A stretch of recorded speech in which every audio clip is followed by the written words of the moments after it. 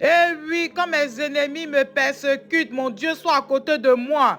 Quand mes ennemis sont autour de moi, qui sont en train de me persécuter, mon Dieu ne me laisse pas tomber. C'est ce que la chanson là, qui passait au début là voulait dire. Et c'est moi-même qui étais en train de chanter ça avec ma chorale. Oui, c'est ça qui est la vérité. Les amis, voilà notre soeur Pulchérie Edith Ballet, qui est là arrêtée à côté de sa fille. Mon Dieu, pourquoi les choses comme ça se passent?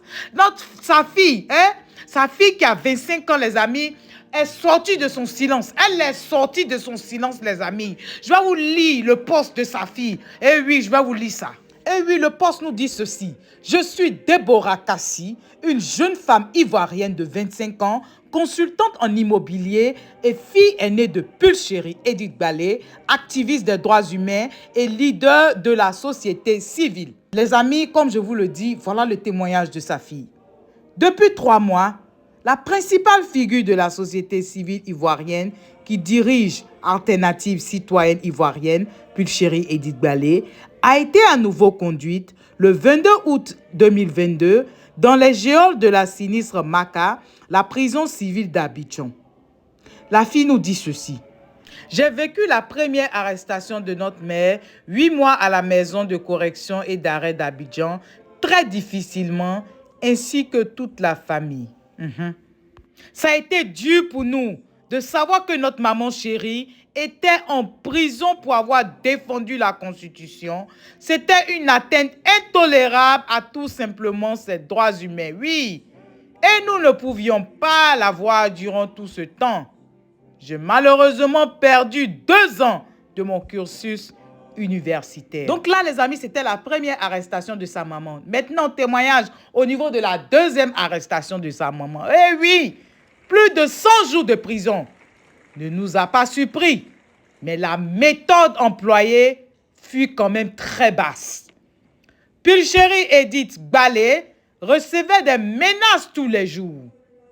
Vous n'êtes pas censé oublier quand même, le député de Daloa, Amaral Fofana, qui avait quelques jours avant son arrestation, posté une vidéo menaçante incitant à la haine contre sa personne. Cette vidéo a augmenté les menaces à son endroit jusqu'à ce qu'elle soit piégée sans avocat et dans des conditions de détention des plus pénibles.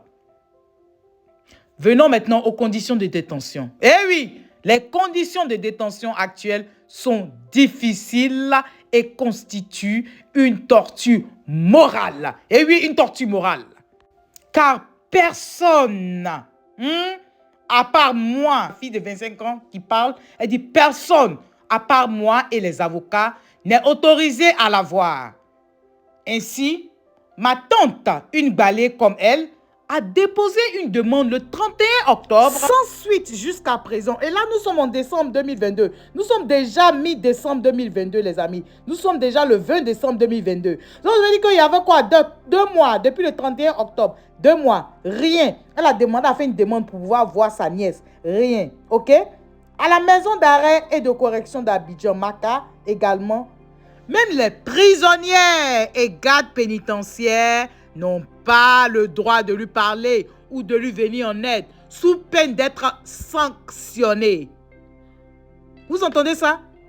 Même les prisonnières et gardes pénitentiaires n'ont pas le droit de parler à Edith Pulchérie Ballet, sous peine d'être sanctionnés. Je continue le témoignage de sa fille.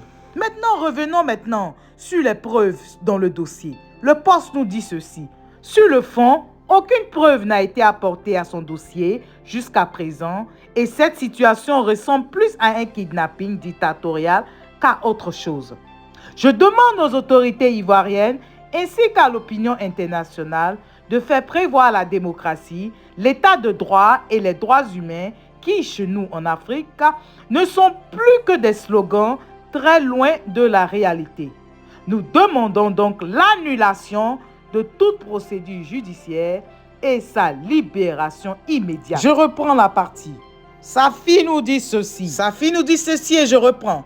Je demande aux autorités ivoiriennes ainsi qu'à l'opinion internationale de faire prévoir la démocratie, l'état de droit et les droits humains qui, chez nous en Afrique, ne sont plus que des slogans très loin de la réalité. Nous demandons donc l'annulation de toute procédure judiciaire et sa libération immédiate. Il y a lieu de rappeler que le régime du chef de l'État Alassane Dramane Ouattara reproche à Pulchéry Edith Balé son voyage au Mali en août 2022 en pleine crise entre les deux pays et traite sa tentative de médiation d'atteinte à la sûreté de l'État. Ainsi s'achève le témoignage de sa fille. Oui, eh bien, vous avez bien entendu le témoignage de sa fille de 25 ans. Les amis, qu'en pensez-vous? Nous sommes en décembre. Depuis août, Pulchéry Edith Balé a été arrêtée parce qu'elle est allée au Mali, elle est revenue, elle a essayé de voir comment elle pouvait faire une certaine médiation. Du coup, on a dit que non, mais la médiation là qu'elle a voulu faire est considérée comme atteinte à la sûreté de l'État. OK? Donc, qu'en pensez-vous? Cette dame n'est pas autorisée à voir qui que ce soit à part sa fille et ses avocats. Et même les gardes pénitentiaires et même les autres prisonnières n'ont pas le droit de lui venir en aide. Waouh! Et nous sommes en Côte d'Ivoire, en Afrique de l'Ouest. Nous sommes en 2022. Waouh! Waouh! Sous le régime du chef de l'État, Alassane Dramane Ouattara. Waouh! Non, ça fait mal, hein? Nulle part en Côte d'Ivoire, nulle part en Côte d'Ivoire, nous n'avons vu ce genre de choses. Ces genres de choses ne se sont jamais passées en Côte d'Ivoire. En tout cas, de notre vivant. De notre vivant, nous n'avons jamais vu ça. Oh mon Dieu, qu'avons-nous fait? Mais les amis, vous savez quand on vit, plus on vit, on apprend des choses.